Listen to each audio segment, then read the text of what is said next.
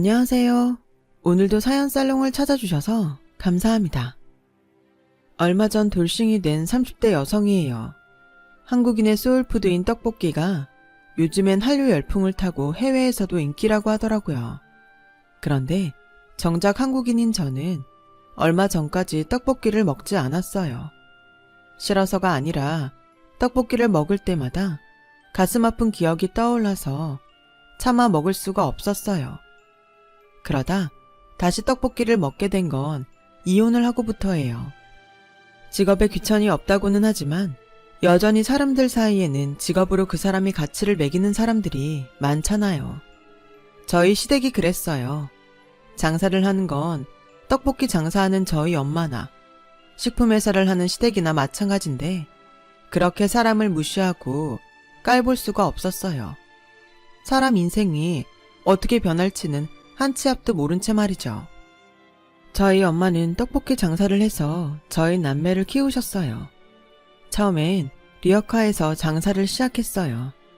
남편도 없이 여자 혼자 몸으로 그 무거운 리어카를 끌고 다니며 장사를 하셨죠. 제대로 된 가게가 아니라서 단속반이 나타나면 장사를 하다 말고 도망을 쳐야 했고요. 칼바람이 부는 한겨울에는 얇은 비닐 방풍천 하나에 의지의 장사를 해야 했고 한여름엔 뜨겁게 달아오른 거리의 지열을 그대로 받으며 가스불 앞에서 장사를 해야 했어요. 그런데도 장사를 멈출 수 없었던 건 어린 남매를 키워야 한다는 절박함 때문이었어요. 엄마의 그런 희생 덕분에 저와 동생은 대학 공부까지 할 수 있었죠. 그런데 이런 엄마한테 제가 효도는 못할 망정 가슴에 상처를 입히게 됐지 뭐예요. 바로 제 남편과 시댁 식구들 때문에요. 제가 남자 보는 눈이 조금만 있었다면 그런 결혼은 하지 않았을 텐데 지나고 보니 그간의 시간들이 너무나 한스럽게만 느껴지네요. 어린 시절 저는 여느 아이들처럼 떡볶이라면 사족을 못 썼어요. 한때 제 소원이 떡볶이집을 하는 거였으니 말 다 했죠. 그래서 툭 하면 엄마한테 엄마도 떡볶이 장사를 하면 안 되냐고 떼를 쓸 정도였어요. 그런데 얼마 지나지 않아 정말 그 소원이 이루어졌지 뭐예요. 제 바램과는 조금 다르게 말이죠. 제가 초등학교 3학년 때 아빠가 암으로 세상을 떠나시자 엄마가 떡볶이 장사로 나섰거든요. 엄마가 처음부터 떡볶이 장사를 하려고 했던 건 아니었어요. 인력사무소를 통해 어린이 대공원에 아르바이트를 나갔는데 거기서 떡볶이 판매를 맡게 되신 거였죠. 재료와 소스까지 본사에서 다 나오기 때문에 딱히 기술이 없었던 엄마도 쉽게 만들어 팔 수 있었어요. 벚꽃이 피는 봄이면 대공원을 찾은 가족들로 붐볐고 엄마의 떡볶이 부스는 다른 간식 부스보다도 손님들로 북적였어요. 그곳에서 2년 넘게 떡볶이 장사를 해온 엄마는 그 장사에 자신이 생겼고 얼마 뒤 돈을 빌려 중고 포장마차를 구입했고 거리로 나가 본격적으로 떡볶이 장사를 시작했어요. 언젠가 제가 엄마는 어디서 그런 용기가 나서 길거리 장사를 시작했냐고 물었더니 그땐 하루하루 먹고 사는 게 너무도 절실해서 창피함이고 뭐고 생각할 겨를이 없었다고 하더라고요. 내 새끼들이 당장 굶게 생겼는데 창피한 게 어딨어. 엄마들이 제일 무서워하는 게 뭔지 알아? 귀신? 강도? 아니야. 내 자식들이 굶는 거야. 세상에서 그것만큼 무서운 게 없어. 지금 제 나이보다 어렸던 엄마를 지금처럼 단단하게 만든 건 바로 엄마라는 이름이었어요.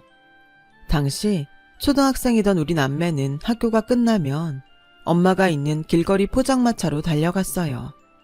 손님이 많을 때는 일손도 돕고 손님이 끊긴 시간대는 동생과 양 옆으로 붙어 엄마 어깨를 주물러 드리곤 했어요.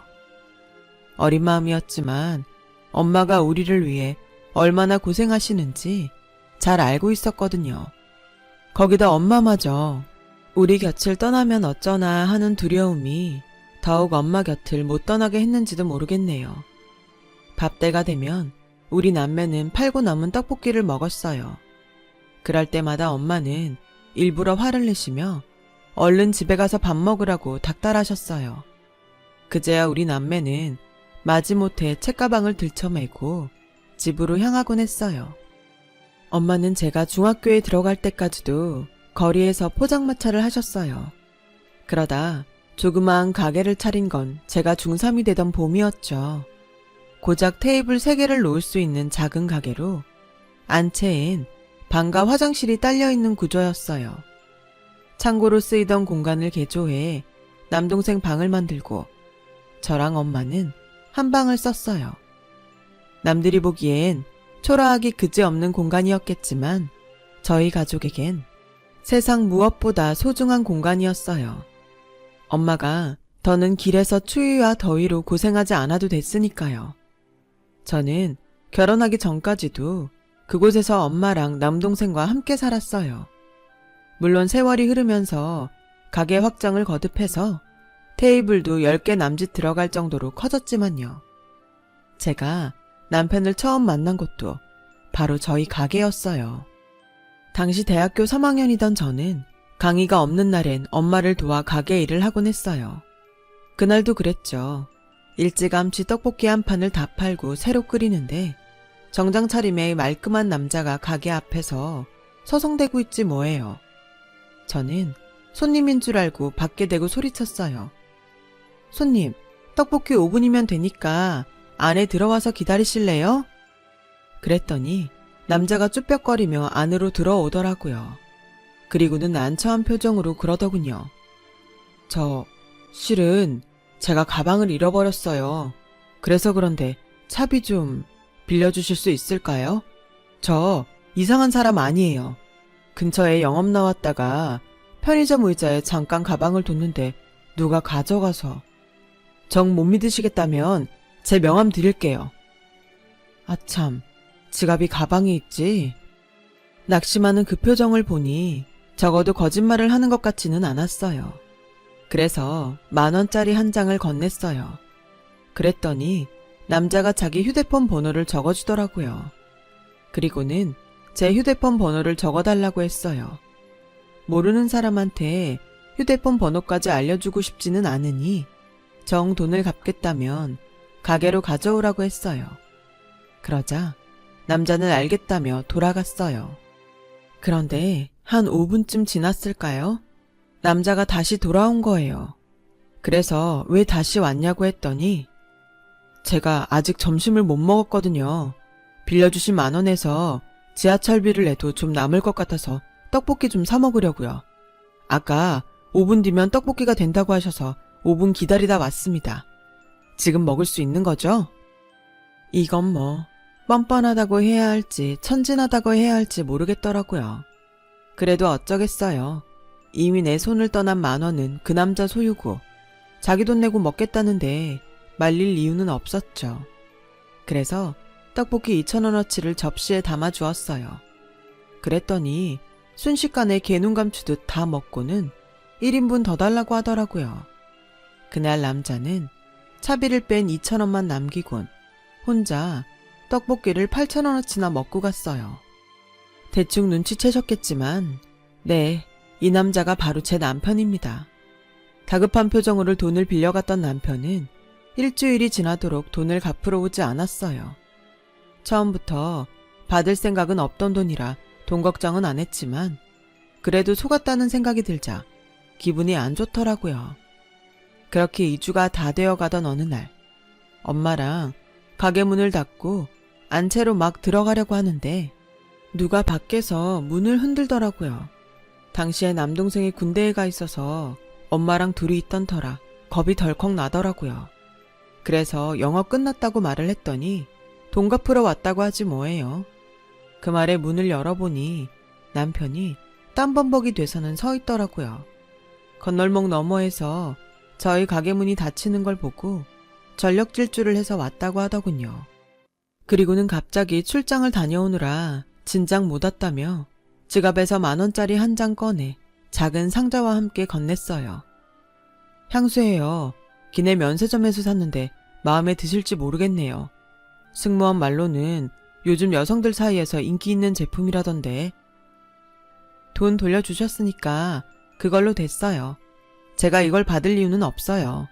게다가 가격도 비싸 보이는데 전 공짜 안 좋아해요. 아, 공짜 안 좋아하시는구나. 그럼 떡볶이 좀 주세요. 향수 가격만큼 떡볶이로 받아갈게요. 안 그래도 공항에서 바로 오느라 아직 저녁을 못 먹었거든요. 남자는 아예 자리까지 잡고 앉았어요. 엄마는 그런 남편을 보시곤 웃으시며 얼른 만들어주라고 하시더군요. 그날 남편은 앉은 자리에서 떡볶이를 3인분이나 먹고 갔어요. 그리고는 남은 떡볶이는 나중에 와서 먹겠다며 장부에 표시까지 하고 갔어요. 황당하긴 했지만 왠지 남편이 싫지는 않더라고요. 그래서 그러라고 했죠. 남편이 먹은 그릇까지 뒷정리를 하고 안채로 들어오니 엄마가 그러는 거예요. 저 남자랑 무슨 사이냐고요. 그래서 자초지종을 말씀드렸더니 엄마가 그러시더라고요. 그깟 돈 10,000원 갚자고 출장 갔다가 여기로 바로 왔겠니? 딴 마음이 있는 거지. 사람이 넉살도 있고 자신감도 있어 뵈는 게 나쁘진 않구나. 저런 사람이 사회감으로 들어오면 괜찮을 것도 같은데. 엄마, 그걸 말이라고 해? 나 이제 겨우 22이야. 그리고 난 저런 스타일 딱 질색이라고. 그러니까 김치국부터 마시지 마세요. 말은 그렇게 했지만 솔직히 저도 남편이 마음에 들었어요. 그 사람 행동이 황당한 면이 있었지만 왠지 싫거나 밉지 않더라고요. 그래서 남편을 기다리게 되었죠. 남편은 퇴근길에 들리기도 하고 가끔은 술을 한잔하고는 가게 문을 닫을 무렵에 오기도 했어요. 영업 접대를 하고 오느라 술을 좀 마셨다면서도 꼬박꼬박 떡볶이를 먹고 가더군요.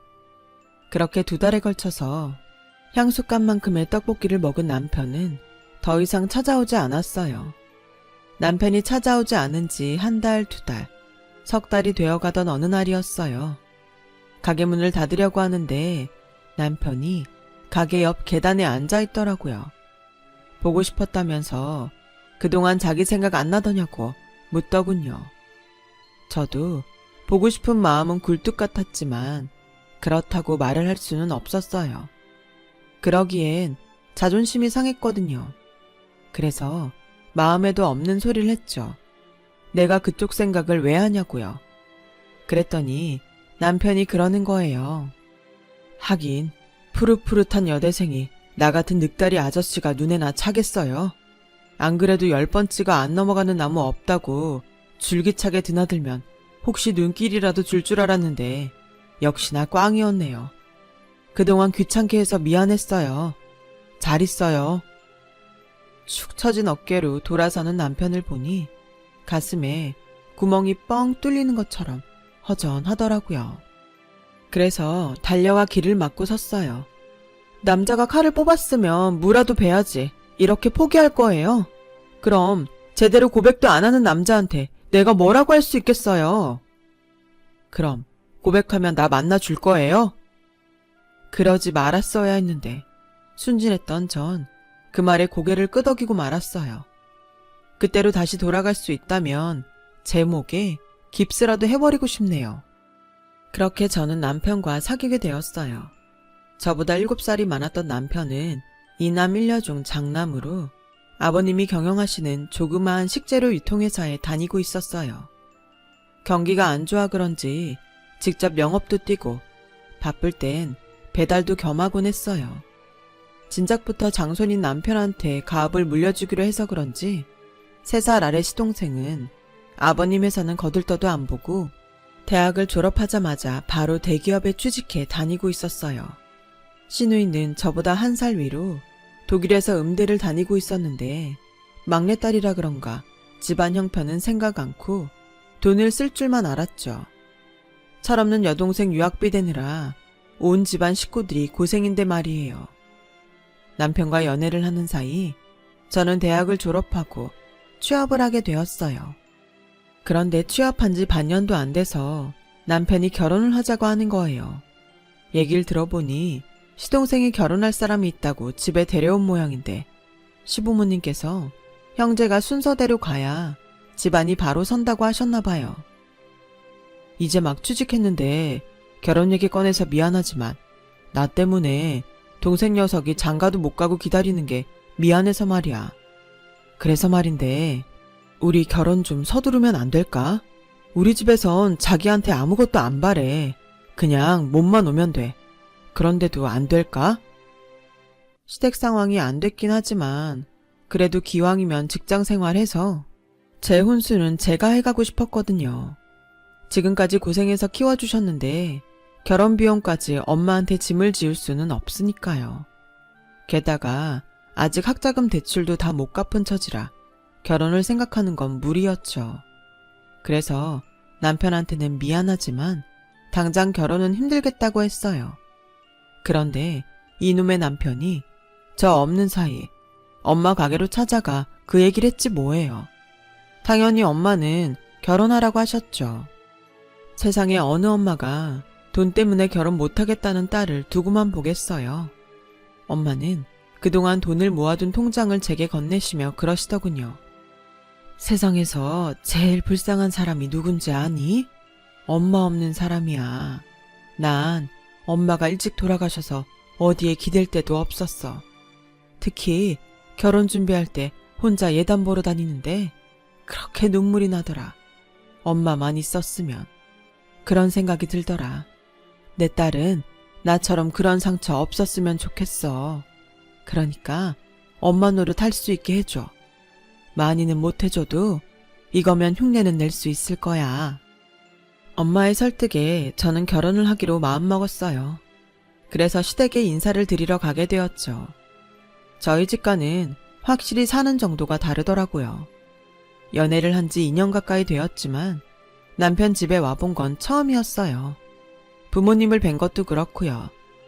남편을 통해 저에 대한 얘기를 이미 들으셔서 그런지 아버님께선 딱히 별 말씀은 없으셨어요. 반면에 저를 보는 어머님의 시선은 곱지 않더라고요. 그래, 어머님이 떡볶이집을 하신다고? 남편도 없이 어머님이 힘드셨겠네. 우리가 작은 애 결혼만 아니면 이렇게 서두를 이유는 없는데 어쩌겠어? 형보다 아우를 먼저 보낼 수도 없고. 다른 집들은 어쩌나 몰라도 우리 집은 좀 엄한 편이라 그러는 거니까 어머님께 이해해달라고 말씀드려라. 날짜가 촉박해서 뭘 준비할 시간이 있을까 모르겠네. 뭐 형편도 아는 마당에 뭐를 해오라고 하기도 그렇고 너희들 살 2층 채울 살림만 해오면 될 것 같은데 어떠니? 그 정도는 할 수 있겠지? 힘들면 미리 말하고. 아닙니다. 그 정도는 할 수 있습니다. 그래, 시간도 없는데 상견례가 뭐 필요하겠니? 그냥 식장에서 봐도 되지. 엄마, 그래도 그건 아니죠. 결혼 전에 서로 인사는 하셔야죠. 명훈이네 했던데 괜찮던데. 그냥 우리도 거기서 할게요. 예, 너 거기가 얼마나 아니, 예약하기가 얼마나 힘든 곳인지 아니? 게다가 아무나 예약 받아주는 곳이 아니라고. 사부인이 직접 예약했으니 가능했던 거지. 뭘 알지도 못하면서. 정상견례를 해야겠으면 니들이 마땅한 한정식집이라도 알아보렴. 그나저나 예식장을 구할 수 있겠니? 정 안 되면 요즘 그 스몰 웨딩? 식구들끼리 모여서 조촐하게 하는 것도 있다던데 그렇게 하는 건 어떠니? 도련님이 10월에 결혼식 날짜를 잡는 바람에 그 전에 저희가 먼저 식을 올려야 해서 준비할 수 있는 기간이 불과 2달 정도밖에는 안 됐거든요. 게다가 한 해에 자식을 둘이나 보내면 주위에서 욕한다며 저희는 조촐하게 하기를 바라시는 눈치였어요. 너희 집 친인척이 많다면야 어쩔 수 없겠지만 들어보니 그런 것도 아닌 것 같은데 굳이 예식장에서 크게 했다가 손님도 없이 휑하면 남들 보기도 그렇지 않겠니? 그러니까 어머님이랑 잘 얘기해봐. 그깟 결혼식이 뭐가 중하니? 어떻게 사느냐가 중요한 거지. 그 얘기를 들은 엄마는 좀 실망한 표정이었어요. 그래도 일생에 한 번뿐인 결혼인데 식구들끼리만 모여서 하면 좀 그렇지 않을까? 네 시어머니 말씀대로 우리가 친척도 별로 없고 올 사람은 없다만 그래도 명색이 결혼식인데 그렇게 초라하게 해서야 원. 엄마, 요즘은 스몰 웨딩이 대세야. 남들은 일부러 그렇게들 한다고. 그러니까 너무 속상해하지 마요. 네? 엄마 앞에선 애써 아무렇지 않은 척 했지만 솔직히 저도 속상하긴 했어요. 시간에 쫓겨 급하게 업체를 고르느라 웨딩 사진도 그렇고 하나부터 10까지 전부 대충이었거든요. 그런데 결혼식까지 그렇게 하게 되니 이럴 거 뭐하러 결혼식은 하나 싶었죠. 그래도 어쩌겠어요. 안 하면 모를까 결혼하기로 한 이상 상황에 맞춰 하는 수밖에요. 결국 삼청동에 있는 한정식집을 빌려 가족끼리 조촐하게 야외 웨딩을 했어요. 규모는 작았지만 나중에 사진으로 보니 생각보다 나쁘진 않더군요. 시댁 2층에 신혼살림을 차리고 거기서 신혼생활을 시작해야 했어요. 제가 학자금 대출금도 갚아야 해서 시부모님께 말씀드려서 회사는 계속 다니기로 했고요. 어차피 살림은 도우미 아주머니께서 하고 계셔서 눈치는 덜 보였지만 그래도 회사에서 회식이 있어서 조금 늦는 날이면 눈치가 보이더라고요. 아무래도 어른들을 모시고 사니까요. 원래 시집살이가 다 그렇다고 하지만 이렇게 힘들 줄은 몰랐거든요. 몸도 몸이지만 회사에서도 집에서도 한순간도 마음이 편치 않았어요. 특히 어머님 때문에요. 결혼 전에는 그래도 어느 정도 선은 지켜주시더니 결혼하고부터는 아주 사람을 자기 집 종부리듯 함부로 대하더라고요. 툭하면 친정이 변변치 못해서 보고 배운 것도 없다며 타박이고 사사건건 친정 탓을 하셨죠. 제일 참을 수 없었던 건 꼭 사람들 앞에서 저희 친정 흉을 보시는 거예요. 특히 도우미 아주머니 앞에서 제 친정을 깎아내리는데 정말 사람 미치겠더라고요. 얘 친정이 하도 없이 살아서 이런 건 먹어봤을지 모르겠네. 뭘 먹어봤어야 맛을 내지. 안 그래요 아줌마? 결혼은 급이 맞는 집끼리 해야 탈이 안 난다는데 어쩌다 우리 맏며느리를 근본 없는 집에서 데려와 이 고생을 하는 건지 모르겠네. 아줌마가 딸이다 생각하고 쟤 좀 가르쳐줘요. 떡볶이나 팔던 친정엄마가 뭘 가르쳤겠어요. 꼴랑 소불고기 양념 재우면서도 니넨 친정애성 이런 거 해 먹어봤냐는 둥 헛소리를 하면 무시하는데 기가 막혔지만 어금니 꽉 깨물고 참았어요. 제가 한마디 하면 저희 친정으로 화살이 수백 개는 날아드니까요. 결혼 전엔 하늘에서 별이라도 따다 줄 것처럼 굴던 남편은 막상 결혼하고 보니 그냥 이 집 사람이더군요. 처음엔 그래도 제가 하소연하면 듣는 척은 해주더니 시간이 지나자 그나마도 듣기 싫다며 소리를 버럭 질러댔죠. 넌 뭐가 그렇게 불만이 많냐? 우리 엄마가 뭘 그렇게 잘못했다고 매번 나한테 이러냐고. 나도 숨 좀 쉬자. 회사 일로도 힘든데 꼭 집에 와서까지 너한테 시달려야겠어. 네가 부족하니까 엄마 딴엔 딸처럼 가르치시느라 그러는 거 아니야. 싫으면 네 친정 가서 배워 오든가. 제발 나 좀 들들 볶지 마. 그 말을 듣는데 그렇게 살아올 수가 없더라고요. 난 이 사람 하나 믿고 이 집에 들어왔는데 알고 보니 내 편이 아니라 그냥 이 집 아들이었거든요. 초나렛 동서가 시집 오고 나서부터 저는 더 무시를 당했어요. 동서는 공무원 집안 딸이었어요. 친정 아빠가 처관급 고위직 인사라서 시댁에서도 절절 매는 분위기였죠. 저 때는 처음부터 분가는 말도 꺼내지 않더니 동서는 순순히 분가를 시켜주더라고요. 어머님 말로는 집이 좁아 둘째는 분가를 시켰다고 하지만 제가 보기엔 이 집 살림 수준을 들키고 싶지 않아서 그런 것 같았어요. 동서와 저를 두고 시어머니의 차별은 노골적이었어요. 동서는 직장도 안 다니고 집안 살림만 하는데도 어머님은 명절이며 제사 때 일하는 저를 부리면 부렸지 동서한테는 일도 시키지 않았거든요. 그러던 어느 날이었죠. 주말에 도우미 아주머니랑 재래시장에 갔다가 떡볶이랑 순대를 사왔는데 마침 집에 와 있던 동서가 그걸 본 거예요.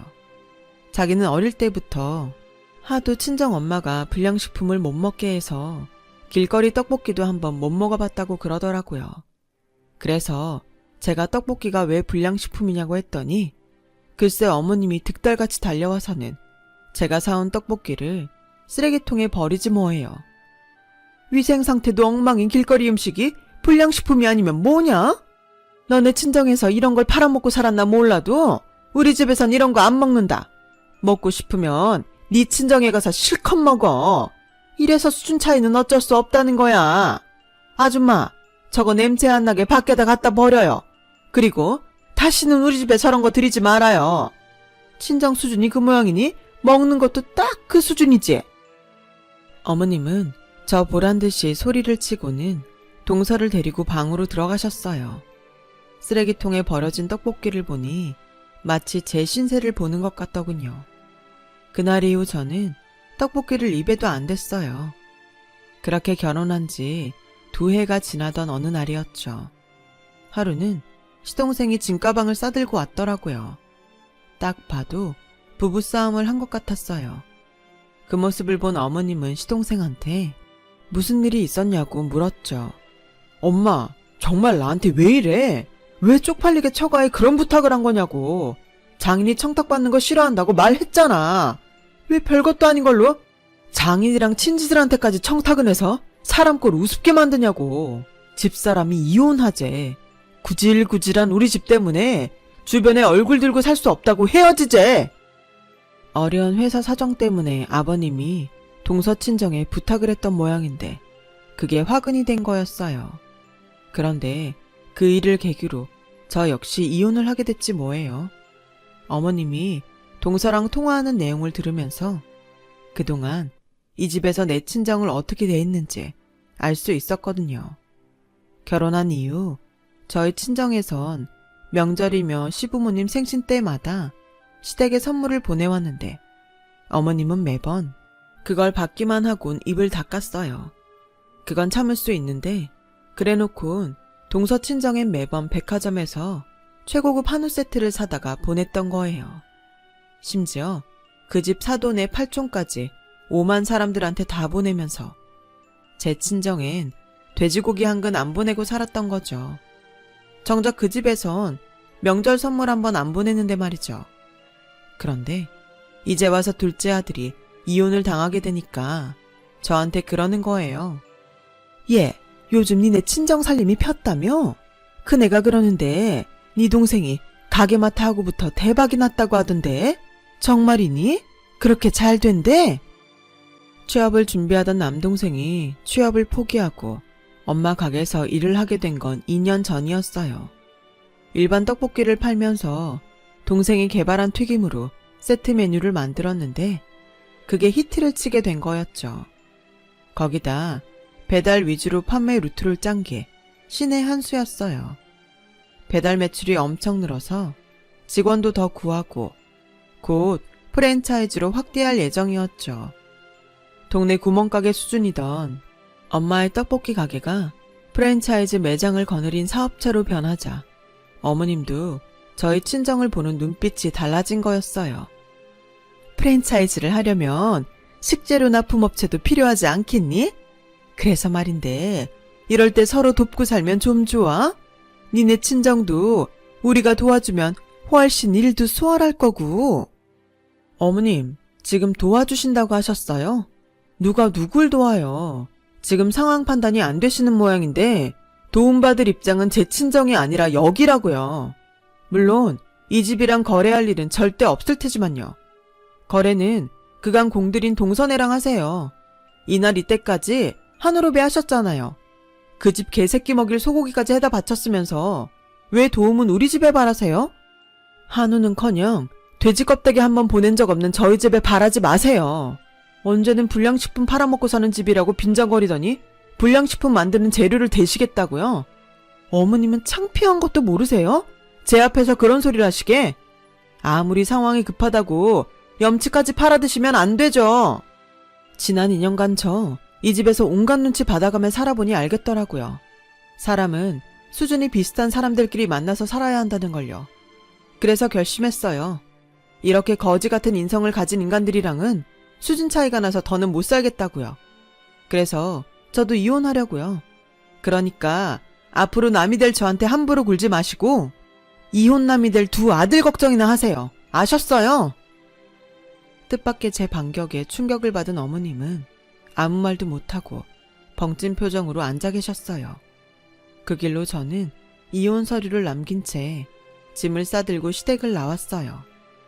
뒤늦게 이 사실을 안 남편이 친정으로 달려와 이혼은 안 된다며 울고불고 사정을 했지만 달라질 건 없었죠. 이미 내 남편이 아니라 일찍부터 그냥 남의 편이었던 인간을 더는 옆에 두고 싶지 않았거든요. 그건 저희 엄마도 같은 생각이었고요. 우리 부부는 합의 이혼을 하게 되었는데 그 과정에서 시댁 상황을 제대로 알게 되었어요. 이미 회사는 파산 직전이었고 집이며 땅까지 모두 저당이 잡혀 있더라고요. 그러면서도 그동안 여기저기에 청탁 뇌물을 바치느라 돈을 써댄 탓에 회생 불가 상태였죠. 거기다 어머님은 아버님 몰래 철없는 딸내미 유학 자금까지 대느라 사채도 빌려 썼더군요. 결국 얼마 안 돼 전 시댁은 파산을 했고 사채 빚을 떠안은 채 야반 도주를 했어요. 어쩌면 이게 다 자업자득이 아닐까 싶네요. 다시 뭉친 저희 식구 더 열심히 일하고 땀 흘려 번 돈으로 효도하고 살아야겠어요. 긴 제 사연을 들어주셔서 감사합니다. 항상 건강하시고 좋은 분들과 행복한 하루하루 되시길 바랍니다. 여러분, 사연 댓글에 응원과 현명한 조언 부탁드려요. 좋아요와 구독은 저에게 큰 힘이 됩니다. 오늘도 좋은 일 가득하세요.